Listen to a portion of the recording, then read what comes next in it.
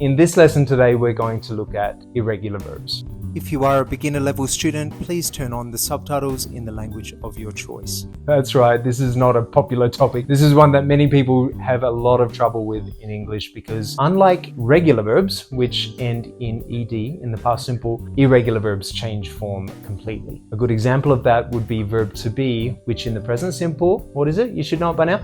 Am, is, or are. But in the past simple, we have two options, was or were. However, there are many other irregular verbs, hundreds of them. So let's have a look at the most common ones in this class today. And I'm going to include a list that you can download if you go down to the description box below this video of the 50 most common verbs. I do recommend that you eventually learn all of them. However, it is a really big task, so little by little, you'll get there. Once you've learned them all, it's really going to help you, so I do recommend making the effort to learn them as soon as possible. Let's begin with 20 common irregular verbs in this class. Now, with all verbs, there are actually three forms: the present simple, the past simple, and the past participle. However, with regular verbs, it's very easy because the past simple and the past participle are exactly the same. However, with irregular verbs, it's a little more complicated because sometimes it is the same. However, usually there are three forms of the verb. For example, the verb say. In the past simple, it is said,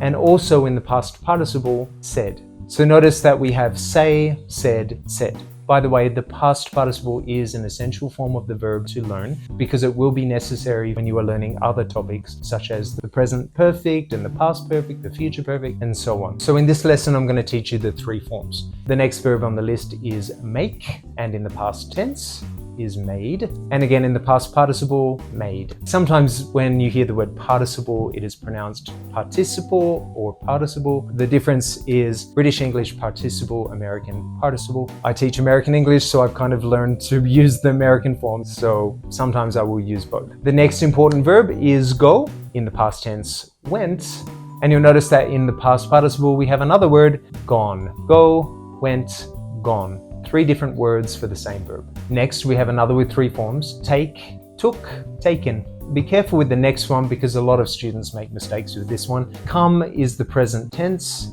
the past simple is came, and the past participle again is come, C-O-M-E. Come, came, come. Next, we have see, saw, seen.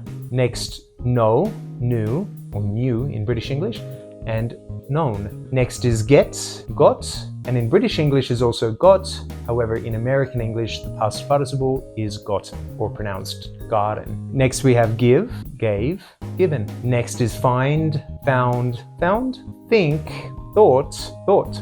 Tell, told, told. The next one, become, became, become. Follows the same rule as the verb come. Next is show, showed, shown. Next is leave, left, left. Feel, felt, felt. Now this next one is interesting because the word doesn't change. Put, present, put, past simple, put, past participle. Next is bring, brought, brought. Begin, began, begun. Keep, kept, kept. Hold, held, held. Now those are just 20 of the hundreds of irregular verbs. You can download a list of the 50 most common irregular verbs by using the link in the description box below the video. With irregular verbs, sometimes you'll notice that some groups of verbs follow the same pattern. I have included a second link in the description box below where you can see some other irregular verbs divided by category, which should make it easier for you to remember them by group. Now in the comments below, answer a couple of questions for me. What did you do yesterday?